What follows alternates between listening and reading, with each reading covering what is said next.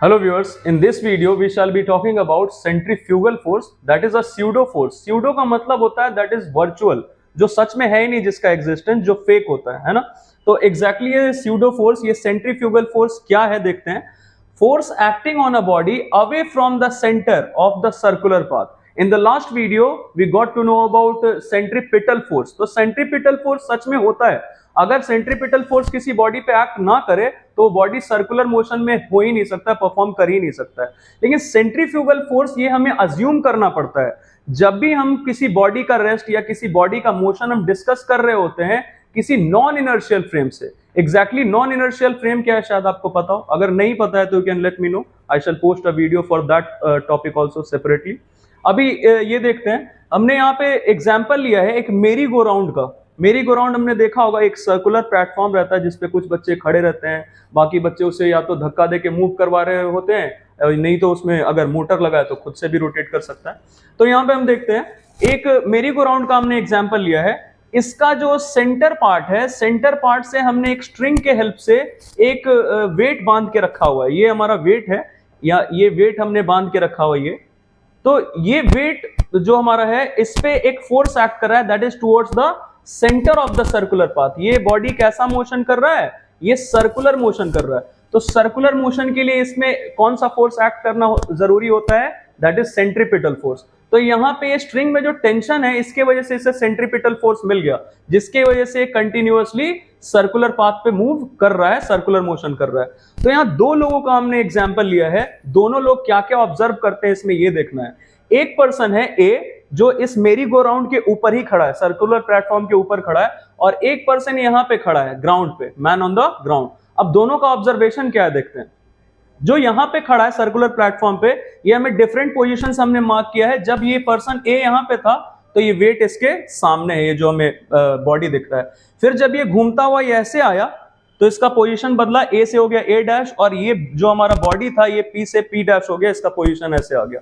फिर जब और आगे घूमता है और घूमा हमारा ये प्लेटफॉर्म, तो इसका पोजीशन ए डैश से चेंज होके ए डबल डैश हो गया, और फिर से वेट इसके सामने ही आ गया। तो इसका ऑब्जर्वेशन क्या होगा कि मैं जहां पे हूं ठीक मेरे सामने ये ब्लॉक है, ये जो बॉडी है, इसका मतलब इसके अकॉर्डिंगली ये बॉडी रेस्ट पे, इसका पोजीशन चेंज होता ही नहीं है। ये ए का ऑब्जर्वेशन है ना।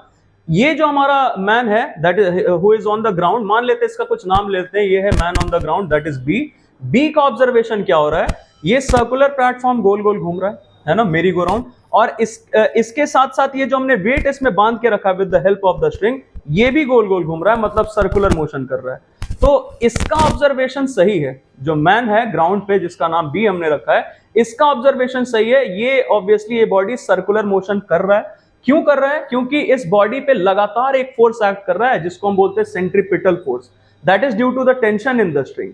इसका ऑब्जर्वेशन सही है, लेकिन ए का ऑब्जर्वेशन गलत है, क्योंकि ए को लग रहा है कि ये बॉडी रेस्ट पे है, जबकि ये बॉडी रेस्ट पे नहीं है। तो A has to assume the pseudo force, that is centrifugal force, to justify the state of the rest of this body.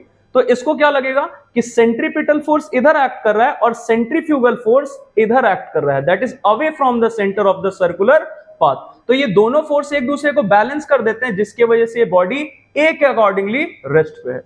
तो ए ने अपने जो ऑब्जर्वेशन था ए का, उसने इसको ऐसे जस्टिफाई कर लिया। दूसरा पार्ट देखते हैं, जब ये स्ट्रिंग टूट जाता है तो ऑब्वियसली स्ट्रिंग के टूटने के बाद इसमें टेंशन एक्ट करना बंद कर जाएगा, मतलब अब इस बॉडी को सेंट्रीपिटल फोर्स नहीं मिल रहा होता है, तो अब ये सर्कुलर मोशन भी नहीं करेगा।